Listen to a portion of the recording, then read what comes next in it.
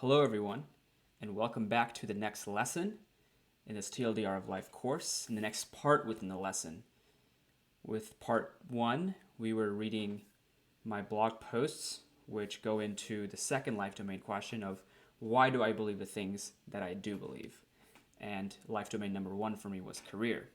So I'm just going to get back into it and continue reading my blog posts. So why do I believe that the employee's seat fit has to be a great one?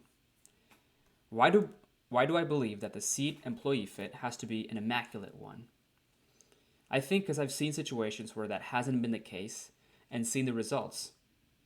If a person doesn't want to be there or feels like their potential isn't being used effectively or isn't good at the job, then there will have to be swift decisions made. I believe that if it's a right fit, then both the person and the position and the company can grow. It's like a disgruntled player in sports like James Harden, who may not have liked the culture or everyone else there. Ultimately, the people will either help you or hurt you from achieving your goals. I think going deeper, I believe there will always be a perfect fit for individuals somewhere because of my systems thinking. I like to have everything neatly fit into their spots within a system. And since an organization is a system, a seat is a component in that system, and when integrated with a variable like a person, it creates a challenge to find that equilibrium. A challenge that I believe is always achievable. It's called a challenge, not an impossibility. I think I also believe it because the total can be greater than the sum of its parts. 1 plus 1 equals 3. If a person is in the right seat at the right company, then the value they provide will not just be the tangible work that they accomplish, but the intangible but very real everything else that they bring to make the entire company better. Sports are a great case study for this. Great talents whose potential isn't fully realized. Lesser talents whose impact is immeasurable. The leadership quality, quote unquote. The 2013-2014 Spurs. 2015-2016 Warriors, even though they lost a chip. 2003-2004 Pistons. Then on the flip side, supposedly great teams that didn't come to fruition. 2012 Lakers with Kobe, Powell, Dwight Nash. This year's Nets. Still TBD on that one. On the flip side, you put Tayshaun Prince on another team, and he may have better stats, but will he impact winning as much like he did on the Pistons? I think a fundamental reason here is that I believe in team success will lead to individual success. But everyone wants to have individual success and then endlessly try and hope that leads to team success. The player movement era that we've seen in the last 10 to 15 years has become villainized.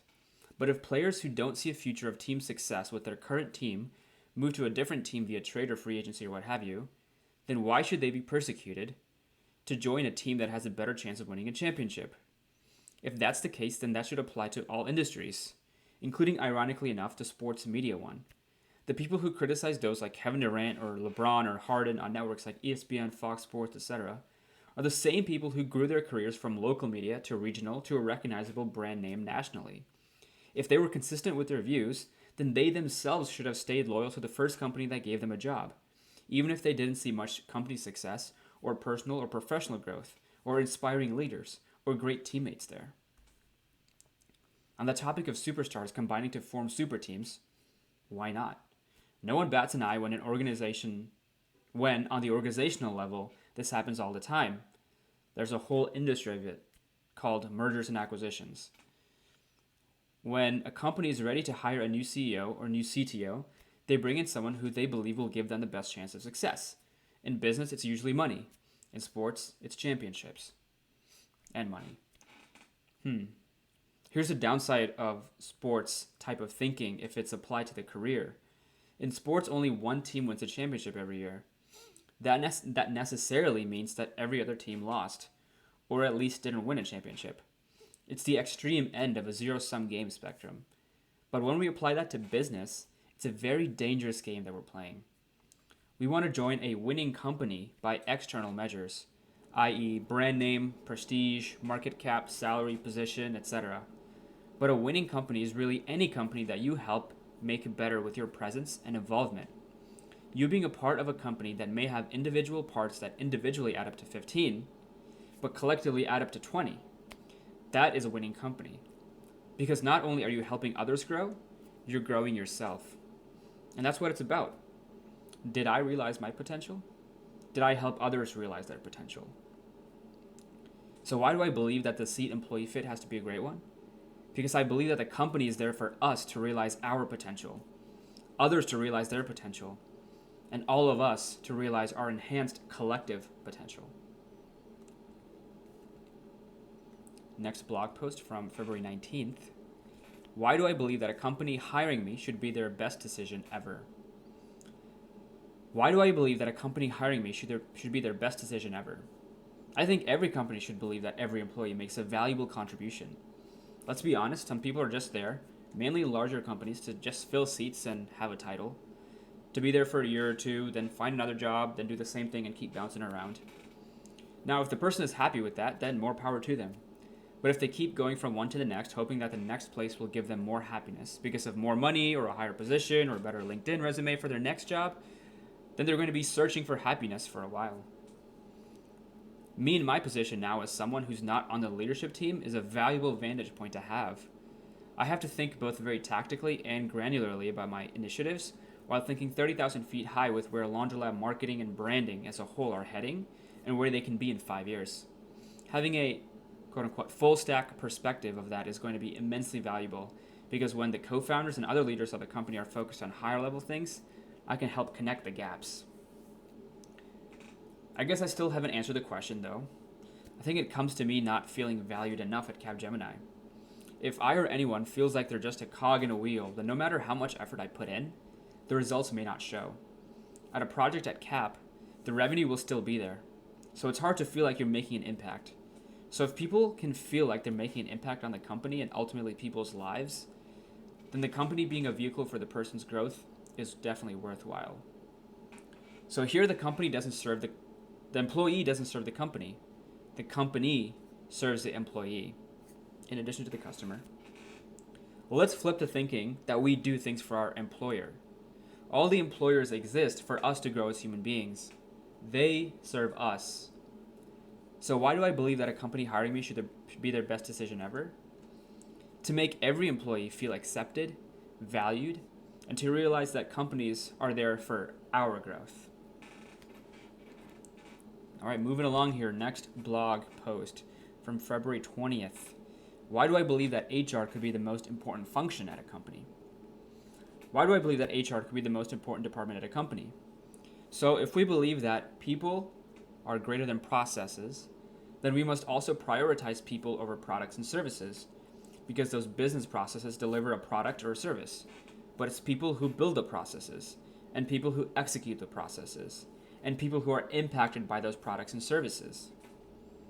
Maybe I will hire an HR person as my first hire instead of anything else to give it that importance. Leaders say, build a product, the people will come. But what if it was the opposite? Build the team, the product will come. That's actually an easier way to scale ideas because you're not limited to just one idea and one product. You can create endless products, services, impact for the world if you just get brilliant, caring, diligent, trustworthy individuals into a room. Or maybe if I'm looking to find the right person, the right people for my team, I outsource everything else first, and then HR is the last department I hire for because I look for certain traits, tangible and intangible, in people. So then I have all my bandwidth to hire the right team members. I'm not sure right now. There's valid cases on both sides of it. The legal stuff someone would just have to take care of, or just outsource that to a part-timer who does it for other companies too. I've seen HR be a throwaway department at places, and no one really seems to be fond of HR. Just some sort of reputation. It's like being sent to the principal's office, but HR can be so much more. Does resources have a negative connotation to it? I know other companies have other names for it now, like chief people officer and such. Resources just sounds like it's a natural resource just waiting to get exploited by people, like we have done with the earth. And companies have perpetuated and exacerbated that by making people work long hours that they don't want to work, having no life balance, etc. Humans exploit natural resources. Companies exploit human resources. Is there a better way to phrase the function that's in charge of getting people paid on time and hiring the right folks for the seat that are available, among other responsibilities? Well, so if I believe that a company exists for a person's growth, then that person should be on the lookout for ways that the company and individual can grow. That the hire that they may help make could potentially be the best hire ever made. The word that I keep coming back to is potential. It's to help people realize their potential. So rename human resources to human potential. Just with that word change, there's a shifted mindset on the topics of things someone in that seat could be thinking about. It's not just about resource management and allocation. It's about truly unlocking the best version of people. Similarly, what about the word manager? We don't want someone to just manage. It implies just barely achieving. We want someone to excel, thrive, grow, prosper, set a new standard, enhance, strengthen, improve, expand. I like enhance. Replace manager with enhancer. So marketing manager becomes marketing enhancer. Human resources manager becomes human potential enhancer. People don't just get to middle management and have a slow corporate professional death. They're always enhancing something, and in the process, themselves realizing their full potential. All right, last blog post that I'll read in this part of the lesson. From February 21st, 2022. Why do I believe that the hiring process should reflect the performance review process? There are two sets of criteria, one for getting selected and one for your performance review. They're not really aligned right now. Building off of recent insights, the company's job is to help you grow, but you can grow in so many ways that aren't part of your performance review. Simon Sinek was talking about the performance versus trust graph or quadrant. People prefer high trust individuals over high performance individuals. Reminds me of the quote I heard recently from Chris Dancy. We can't measure what we care about, so we care about what we can measure. Performance itself, again, is a limiting term. It inherently, or at least unknowingly, limits the conversation to what the person has achieved, not who they are or who they are becoming. Personal development or professional development has been sectioned off as, again, a throwaway piece of someone.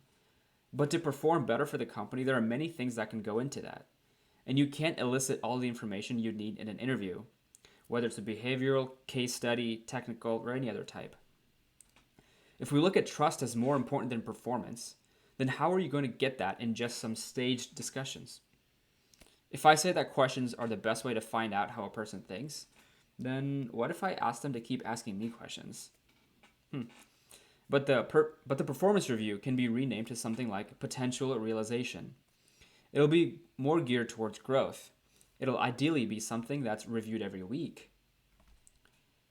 If there was one thing that my manager wanted me to focus on, then what is it? That way, the individual can focus on improving that for the entire quarter, instead of just being reminded of it every 6 months. I know some places don't even have performance reviews, so I'll have to take a look into that. Because right now, they don't really fit into our system. They're done just to be done without intentional implementation and improvement of things from it, at least right now. But going to the hiring process, there needs to be things in there that test trust without knowing the person is being tested for it. What if you ask for references at the beginning of the process, and then ask those references how trustworthy they are, among other things? What if it's a group setting with people with a mix of candidates and current employees, but the candidates don't know that / who's who? What if you had the candidates interview each other, then rank them on a variety of characteristics that are important to the company? Maybe easier would just be asking them the 3 MIQ, lol. That has experiences, growth, and contribution all in one. The interview style would be more like a workshop. That would not just be telling people that we value growth, but actually showing it. And then they also have something to take back with them. A win-win. Providing value. But we also see what they want to do, who they want to be, etc. Hello, what about a word association thing where the interviewer says a word and the candidate has to say the first thing that comes to their mind? That way you get a glimpse into their subconscious because they don't have time to think rationally. It's all intuition based. What about it's a group of candidates and something with taking turns facilitating a meeting or stuff that they'd have to actually do in their role? Or what about this? The job description has processes they're in charge of.